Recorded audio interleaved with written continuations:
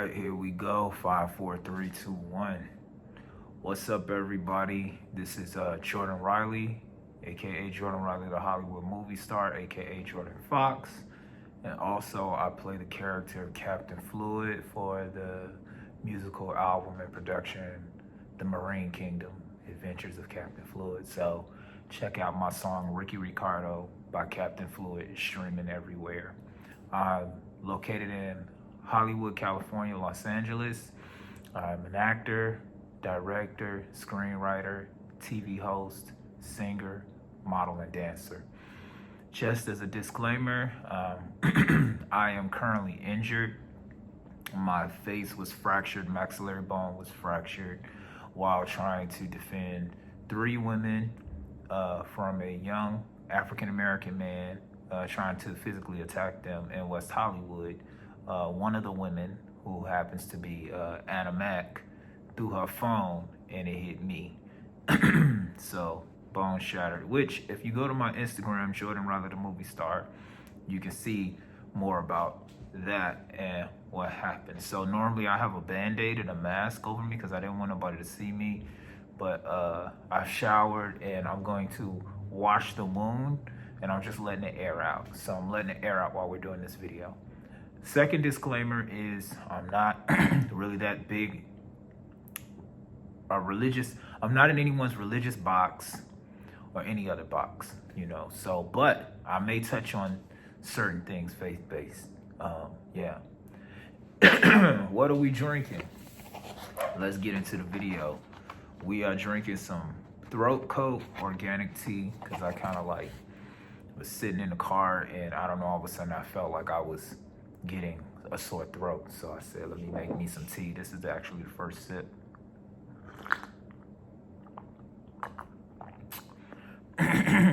So let's get into it. This video is about a dream that I had. This dream was about Angie Stone. I had this dream a few nights ago. So I felt like I should have released this video, but due to the current injuries that I have, it's hard for me to talk. So sorry if you can't understand what I'm saying. I'm trying to enunciate my words the best that I can, but basically my face is fractured. So rest in peace to Angie Stone. I actually was about to go hiking in the Hollywood Hills when I found out that she passed away. This kind of struck a nerve and broke my heart. When I first started modeling, I used to model a lot to her music. My modeling coach was a model in the 70s, and you know, he had us modeling to like black artists, black music. I would do a lot of shows for Black History Month. Would love to get back off into that. So there's definitely a history with Angie Stone and myself as far as her music. I saw her in Fighting Temptation. She was great. And she started doing Bible studies on Instagram, and I attended a few of them, even though I'm not in a religious box, but I do respect all people's religions and faiths. My background was the faith of the Bible. I'm a universal, multidimensional being is what I claim myself to be as, which I am, and I believe we all are. But I respect that she was sharing the good word from the good book. And she began to come to my spirit these past couple of months, but just in my own little journey and world, you know how things come to your mind. So she died in a accident in the Sprinter, and it had involved a semi-truck. So 2 things. One thing I want to talk about before I get off into the dream. I had been having apparitions myself, and even a dream about like getting hit by a semi-truck, right? And it's like I've been feeling like somebody has been doing witchcraft against certain individuals and people of the black community. People have been doing witchcraft against people in the black community. And in my talks with certain individuals, I've been seeing that other people have been feeling this too. And I really feel like whoever is doing this, they're non-black, and they're trying to use a lot of our ancestral rituals and practices that we did in Africa against us.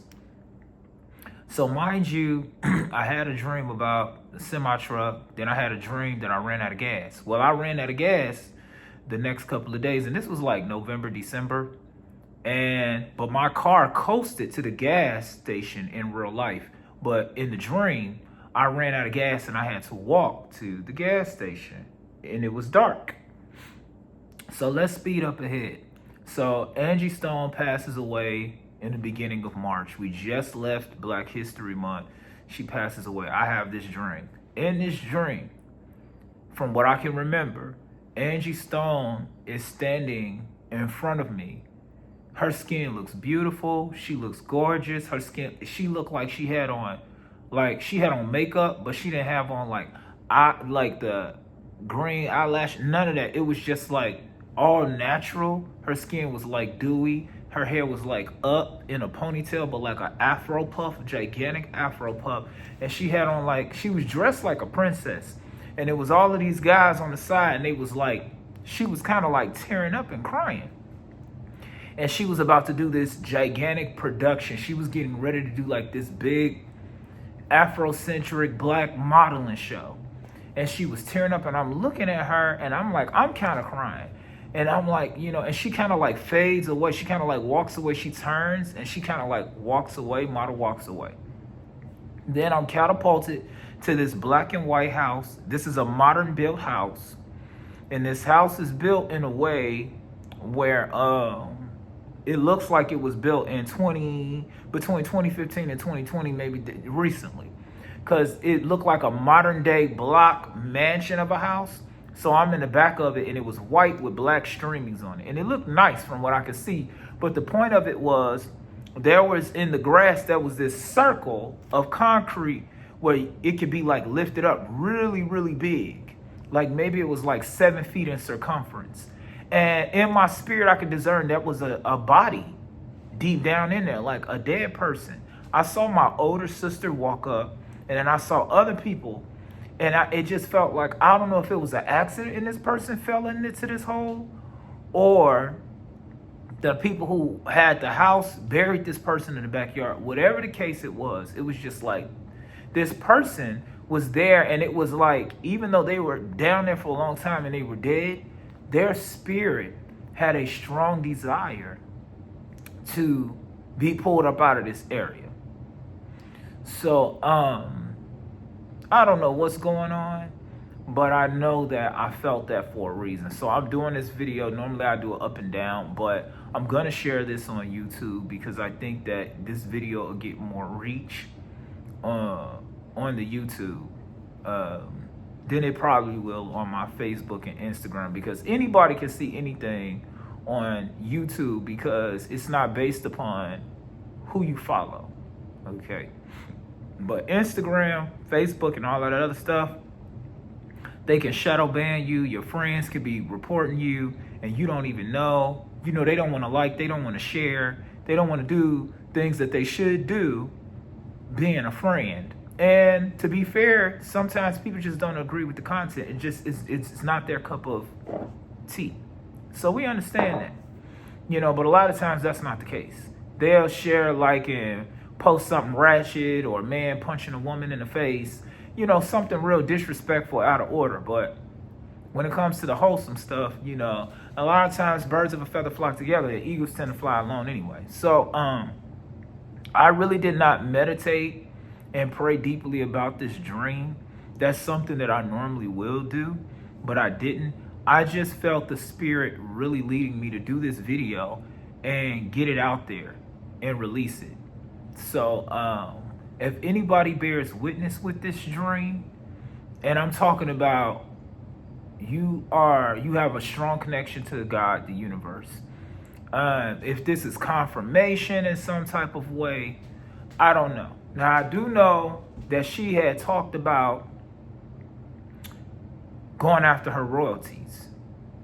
And then this happened. And some people feel like maybe it was a setup. Maybe it was something that happened. Maybe it was just an accident. Maybe it was an irresponsible truck driver. Who knows? But out of everybody, she's the only one that passed away. I don't know if seatbelts was worn. I don't know what it was. But what I do want to say to Black Americans and beautiful Black people everywhere, I gave my disclaimer earlier, but I'm going to say this to you. You need to start praying and covering your family and covering the black community. Because there are people, as I said again, that they're being spiritual bullies. And I believe they're trying to take out the elders. They want to take out the older black people. And as you can see, that's kind of happening. A lot of them that have a desire to bring change and to help the world change in supporting black people. I believe there are people that are doing things spiritually speaking that are trying to destroy black people. Just like in the natural, so it is in the spiritual. You have natural bullies. You have people that will try to bully your kids, bully you on the job. And if somebody would do that physically, they're doing that spiritually. Behind everything is a spirit. So take not lightly what I'm saying. This type of content, I try not to do that much. I just want to keep it to the entertainment, the affirmations, and the positive affirmations. But even the good book said, be not ignorant of the wiles of the devil. And the wiles means the tricks up the sleeve. You understand? Don't think it's strange if the Most High is giving you a dream about what's going on with your family, with yourself, with people around you in your community, and pray. I shared it with someone, when I talked about the death of Angie, got to be God because my face hurts. So sometimes when I do other stuff, it takes my mind off the pain.